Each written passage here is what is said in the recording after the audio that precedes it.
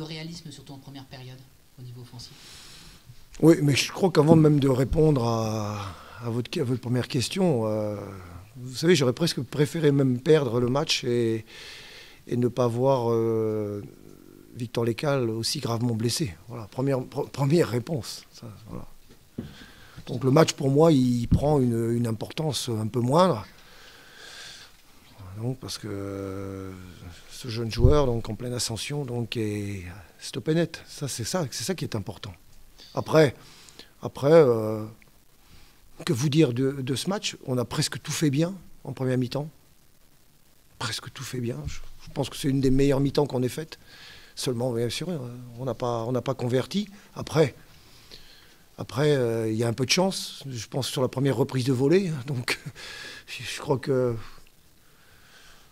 voilà, donc on a manqué un peu de réalisme offensif. Oui, tout à fait, oui, on peut le dire. Mais à part ça, il n'a rien manqué. Voilà, donc peut-être petite entame de seconde mi-temps, on a eu un peu de mal à reprendre le rythme qu'on avait mis en première mi-temps. Mais que dire aux joueurs, là? Que dire aux joueurs, si ce n'est de continuer et de les encourager. Voilà, c'est ce que je fais. Pour Victor Lécal, c'est le genou, on sait à peu près. Ah bah oui, c'est le genou, ça. On sait à peu près l'état de la blessure. Ah bah c'est une blessure grave. Après, je ne peux pas me prononcer sur la gravité, il y aura des examens complémentaires. Mais vous doutez bien que c'est une blessure grave. On a senti que ça a jeté un froid quand même dès l'entame de match tout de suite. Ça a désorganisé un petit peu votre système aussi. Ah oui, oui, tout à fait. Non, c'est vraiment le point noir de la journée.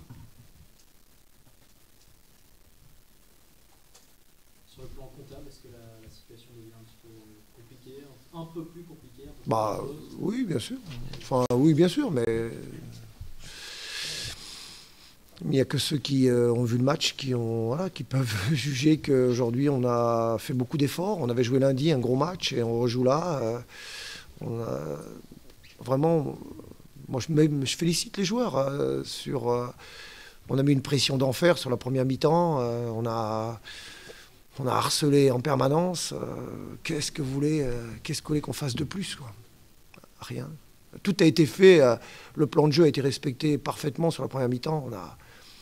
On voulait récupérer le ballon tout de suite. Mais bon, c'est une débauche d'énergie, hein, il faut bien le reconnaître. Hein. Et donc, peut-être ça nous a un petit peu manqué au tout début de la seconde mi-temps. On s'est créé combien d'occasions? D'accord. Justement, pour parler d'occasion, on voit à Lens Michael Le Bihan qui marque quasiment sur sa seule occasion. Ce soir, il en a quand même eu plusieurs et ça a été... Ah oui. Comment expliquer cette... Ah bah comment l'expliquer? Vous savez bien qu'on ne peut pas l'expliquer. Comment l'expliquer? Aujourd'hui, il n'est pas chanceux sur la première. Je pense que là, c'est vraiment il n'est pas chanceux. Après, je pense aussi que inconsciemment, la situation, la précipitation pèse un petit peu dans les têtes et dans la finition, peut-être, on manque un peu de sérénité. Mais on a tellement tout fait bien en première mi-temps. Parce que vous savez, même essayer de faire comme on a fait en première mi-temps avec un harcèlement de tous les instants et ainsi de suite, c'est pas toujours évident. Même une qualité de jeu, je trouvais même une grande qualité de jeu en première mi-temps. Vraiment. Face à un bloc défensif compact, là on a vraiment bien manœuvré. On a déplacé le jeu, on a été... Mais c'est vrai que la finition, ça reste, vous savez bien, le problème et qui fait aussi des fois les différences de niveau. On le sait. C'est quelque chose que vous aviez demandé à vos joueurs d'attaquer vraiment le match à fond? Pas attaquer à fond. La première mi-temps est quand même nettement supérieure à la deuxième, je pense. Ouais, nettement supérieure à la deuxième, mais encore, on a bien fini. Hein. Ouais. Oui.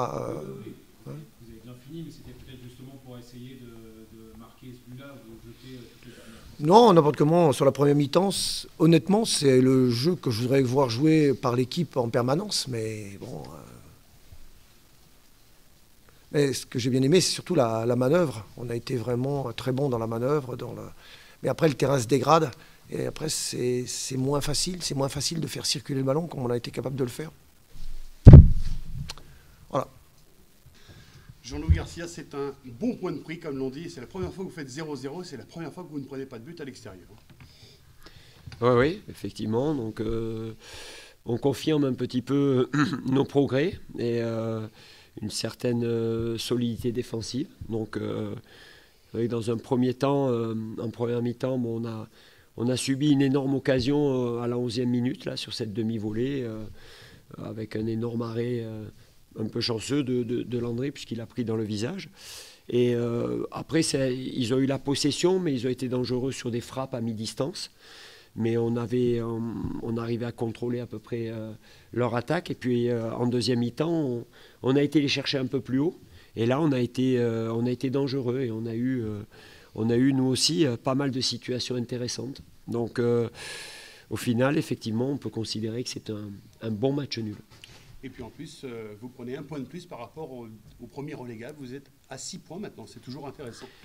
Oui, mais ce qui est important, c'est surtout aujourd'hui notre parcours, nos progrès. On vient de prendre 10 points sur les 12 derniers possibles. Il y a beaucoup, je trouve, beaucoup plus de cohérence dans notre jeu. Bien sûr que les derniers résultats nous ont donné un peu plus de confiance. Donc même si, je vous dis, dans l'utilisation du ballon, pendant la mi-temps, on a été timide, on aurait pu faire beaucoup mieux et on a fait beaucoup mieux en deuxième mi-temps et on a mis cette équipe en difficulté parfois. Donc voilà, le chemin est encore long, grignote, on prend des points, on avance.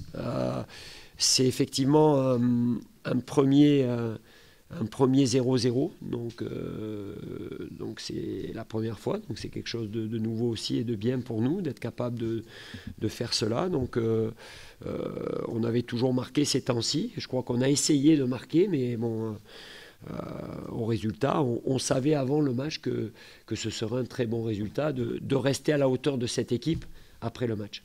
Et il y a Arles maintenant qui se profile à l'horizon. Oui, une nouvelle fois. Donc là, pour l'instant, une nouvelle fois, on va déjà récupérer, savourer notre performance, parce qu'il y avait une équipe en face de nous qui avait beaucoup de maîtrise, qui a d'excellents joueurs. Je regrette au passage la blessure du petit milieu de terrain. Là, je lui souhaite un prompt rétablissement. Bon, la pelouse est un petit peu compliquée.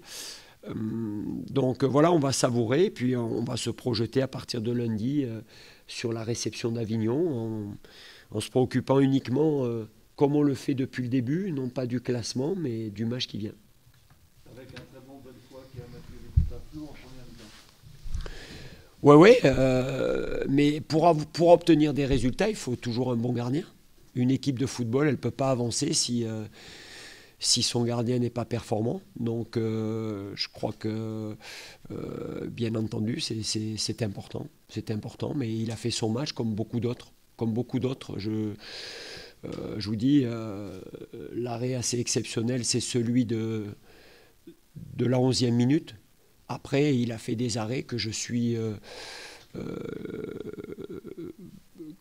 pense que je peux attendre de lui, d'un gardien comme lui. Donc il a fait son match, comme la charnière centrale a fait son match, comme les deux milieux défensifs ont fait leur match. Donc vous savez bien que j'aime pas trop isoler un peu des joueurs dans la performance. Donc c'est un maillon, le gardien de but, mais c'est un maillon essentiel pour avoir une solide défense.